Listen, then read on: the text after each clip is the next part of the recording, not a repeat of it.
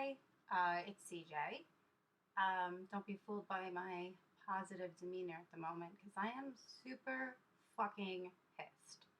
But it is making me happy just being able to express my emotions in a positive way on this. And I hope that you hear everything I have to say because it is very, very important because I believe that we can watch the news and we can watch Cuomo talk about what's going on in New York or even go on social media. But I'm seeing firsthand some things that are happening, and this needs to be reported because really there's no reporters around to cover this sort of situation. I'm really saying this because I just got off the phone with my friends and my family today, and they really made it clear to me that this is something that's really important, and I need this to be shared so things can change a little bit because again, I'm seeing firsthand things that a lot of people are not. So a lot of that has to do with the fact that they're claiming that the African American community is getting higher rates of this coronavirus, and they're blaming it very much on the fact that they have jobs outside of the house. They're essential workers, so they're garbage collectors or postal service government employees or people that drive vans to deliver your Amazon packages and so on. And they also say that they just live in spaces that are very tight in New York City, as opposed to being, a black person like P. Diddy that can go out on his helicopter and go to the Hamptons whenever he wants. In New York City, we are very um, uh, for tightly tightly wound up with each other, and so they're claiming that that's one of the reasons that there's such a high population of black people getting coronavirus. But I'm here to tell you that there's also a third reason, which is the biggest reason, is that they are hanging out. They are having parties, and it is in my neighborhood. And last night it was in my backyard. So let me tell you what happened last night. So um, during the day yesterday, I saw my neighbors set up a party. So they were putting up lights and they were putting together their grill, and they were blasting music and they were sweeping. And I just assumed that maybe a family wanted to hang out, but it was not the case. It was a pretty large size party in my backyard. So, of course, the first thing I do is I call 311. Now, um, I've done this before, so I am aware that it takes a while to get on the phone with anybody that will actually do something about the situation. There were kids at this party, which is very alarming to me because I believe that kids are the scariest ones when it comes to this virus. They're the people that have the least amount of symptoms, but carry it and carry it well. They don't understand social distancing. They don't understand what's going on. So they're the first people when they see anyone that they know to hug and kiss and be just ignorant to what is going on. It's not their fault in many groups of people, but in this case, I believe that this group of people in my neighborhood are not really conveying to their children what's really going on. And also, if they're, as parents, not following these guidelines, why should the kids? I mean, you live by how your parents act, not what they are telling you, even if they are telling you what's going on. I mean, how can you social distance if your parent is, cheersing the person next to them and, you know, eating a hamburger right next to them? It's very hard to follow those guidelines as a child. So I called 311 yesterday knowing what would be the outcome, and which really brings up a topic to me that I think is extremely important. The first thing that they asked to me on the call with 311 is this an emergency? So I really want to figure out and discuss what is the definition of an emergency. Now, if I was just calling and it was for me and I couldn't breathe and it was what you would call an immediate emergency, I, at this point during this corona epidemic, do not think that that's an emergency. I'm one person, and if I die, so be it. But when there's many, many people gathering around in the epicenter of this pandemic, right here in Brooklyn, where there's the most cases, second to most cases in the entire world, number one being Queens, number two being Brooklyn.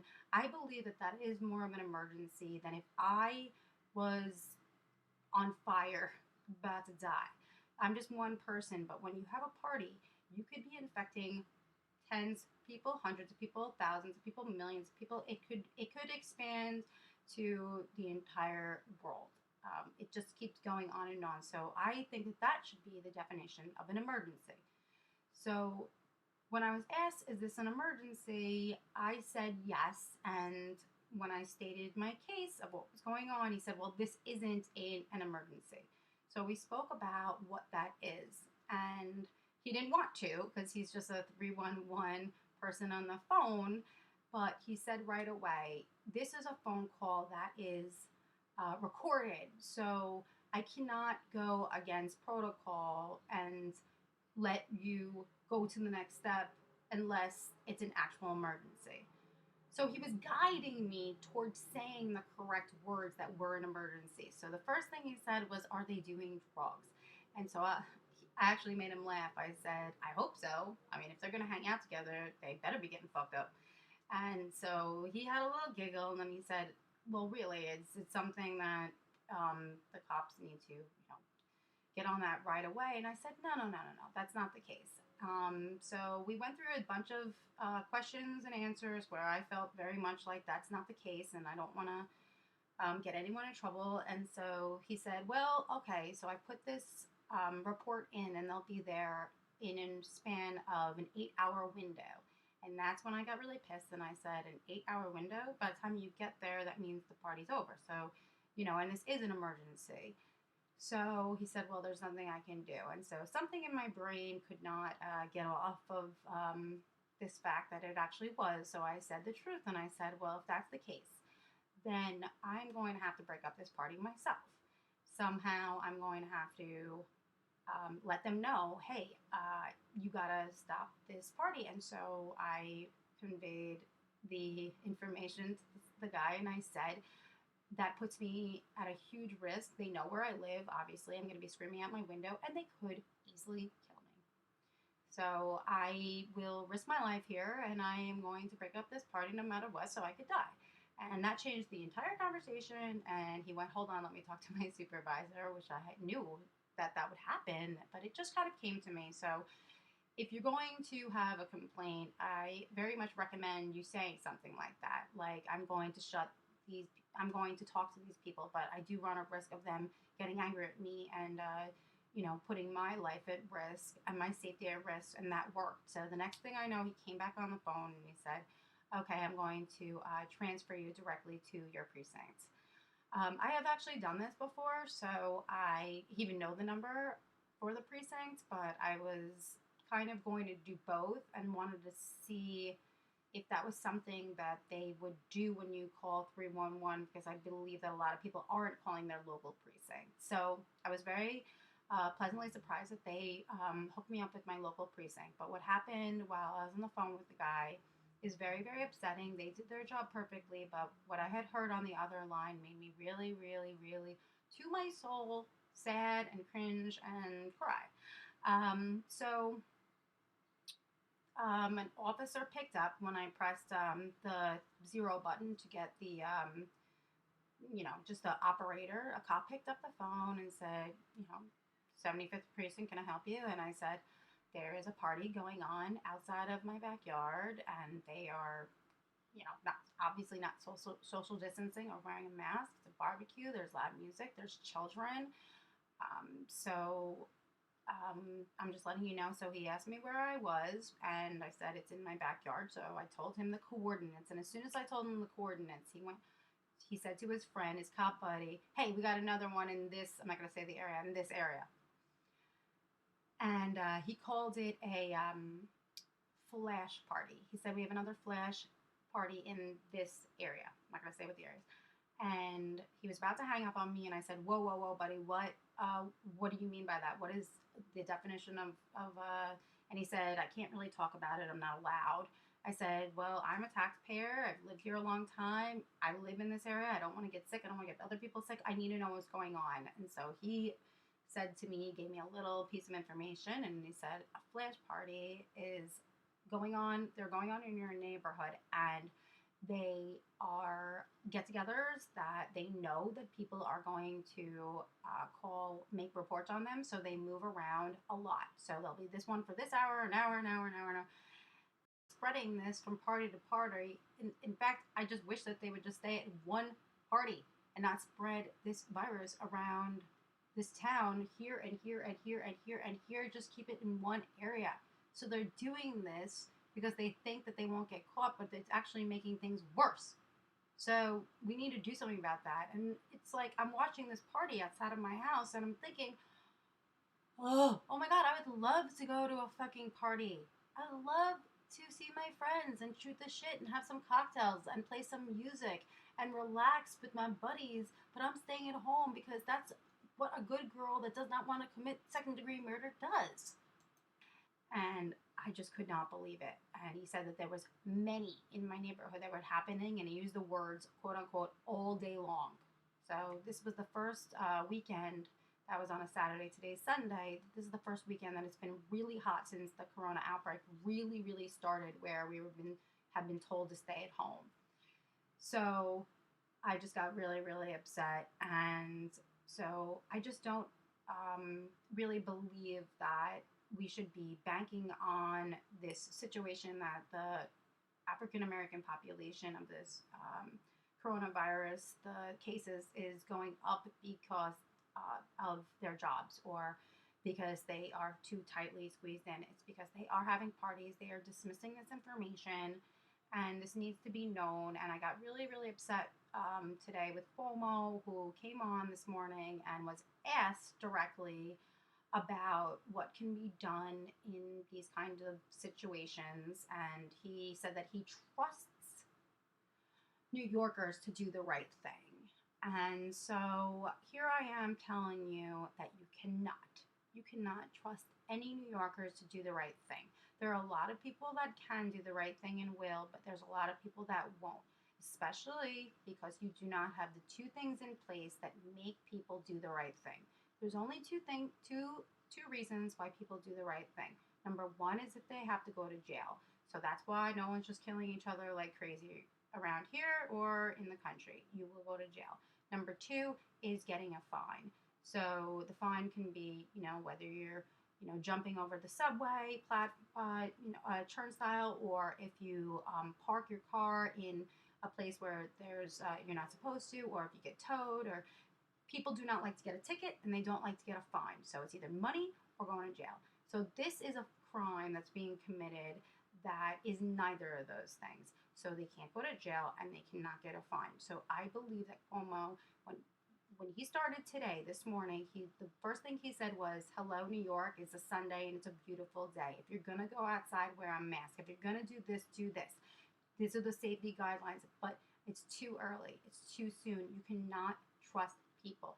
What needs to be done are a couple of things. Number one, you need to stop giving people a verbal license to go outside. Everyone is hanging out in Central Park right now. They are, because you said the words, it's a beautiful day. I understand if you feel the need to go outside. No.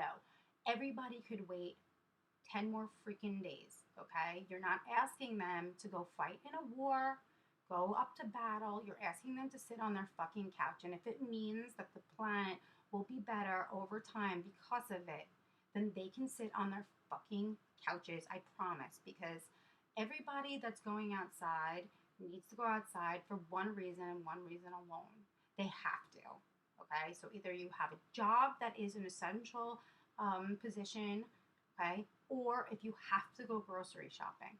The fact that these people are going outside and having fun, I'm sorry, fun does not show up on my radar right now.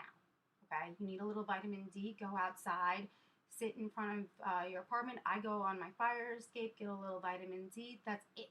Okay, stay at home. That's the only way. Okay, these people in my neighborhood, nobody is responding to you talking about masks or about, social distancing. They're not following those rules. So you need to go back around again and have everyone just stay at home. And if you're going to say you're allowed to go outside, there needs to be fines in place for anyone that does not obey the rules. So you can't just have it all different ways. So, number one scenario, everyone has to stay in. You have to stay inside. Okay? If you don't, you get a ticket, you're fine. You can enforce this. It is totally in your wheelhouse to enforce this law. Number two, if you're going to let people go outside, okay, if you're going to, it needs to be highly enforced that if you don't wear a mask or if you don't social distance, that you're going to get a ticket. And the ticket must be high enough that people react the same way that they would react if they got a parking violation. So if you're parked, and if I parked on my street, God forbid, at 10 a.m. when school was going on, you get an $150 ticket. That's what needs to be the incentive for these people that will not follow the rules because of the goodness gracious of their heart and that they know that they're going to save lives. They need an actual, real, for them, incentive to not do the wrong thing. And I believe that going outside right now is the wrong thing. My friend called me up today in the middle of Sheep's Meadow, which is a big area in Central Park, and she said everyone is treating this day like a normal day. The guidelines that Cuomo is talking about are not enforced enough. He's being too lax when he speaks. He's talking more about the safety precautions that you can take once you're outside. But I believe that if we just wait 10 days and make everyone stay at home, the first thing he should have said today was, "Good morning, it's a beautiful day, and I'm sorry, but you cannot go outside." Okay? And if you just give it a couple more days, we will make this world a better place and safe and happy if we just wait a while. We all have to wait a while. So this middle of the road, half-ass guidelines are not working because people are not getting penalized. They're not getting the information smacked in the face to them. And it's a little bit different from me because I refuse to go outside because I have a family member that almost died. So I've seen firsthand how sick they felt. So maybe it hasn't hit home for these people yet. Okay. So I think it's very important that everyone keeps in mind that if we're going to really acknowledge these health workers and just clap for them at 7 o'clock, the best thing that you can do is just to stay at home. There's absolutely no reason why you should be outside for fun. Screw your fun and stay at home. There'll be plenty of more beautiful days ahead, I promise. And they'll be even brighter after this all goes away. So that's what I have to say about that. And so I think that is, yeah. I mean, I just really would like if someone could listen to me about what is called an emergency, really changing those guidelines because, if a house is on fire and you call 911 and they say, is anyone in immediate danger? No one's in immediate danger at this second, but soon people, if it keeps on spreading, people will start dying. So starting it at the core and at the beginning, when that seed is planted like a party, just shut it down immediately, and that needs to be enforced. So, okay, thank you for listening to my rants. Please take my advice and just stay home. It's no big freaking deal. Just don't go outside unless you really, really, really, really, really, really, really have to. And if you really have to, just go there and come home. And that's it. Right? Thank you. Thanks for listening. CJ here. Be safe. Be strong.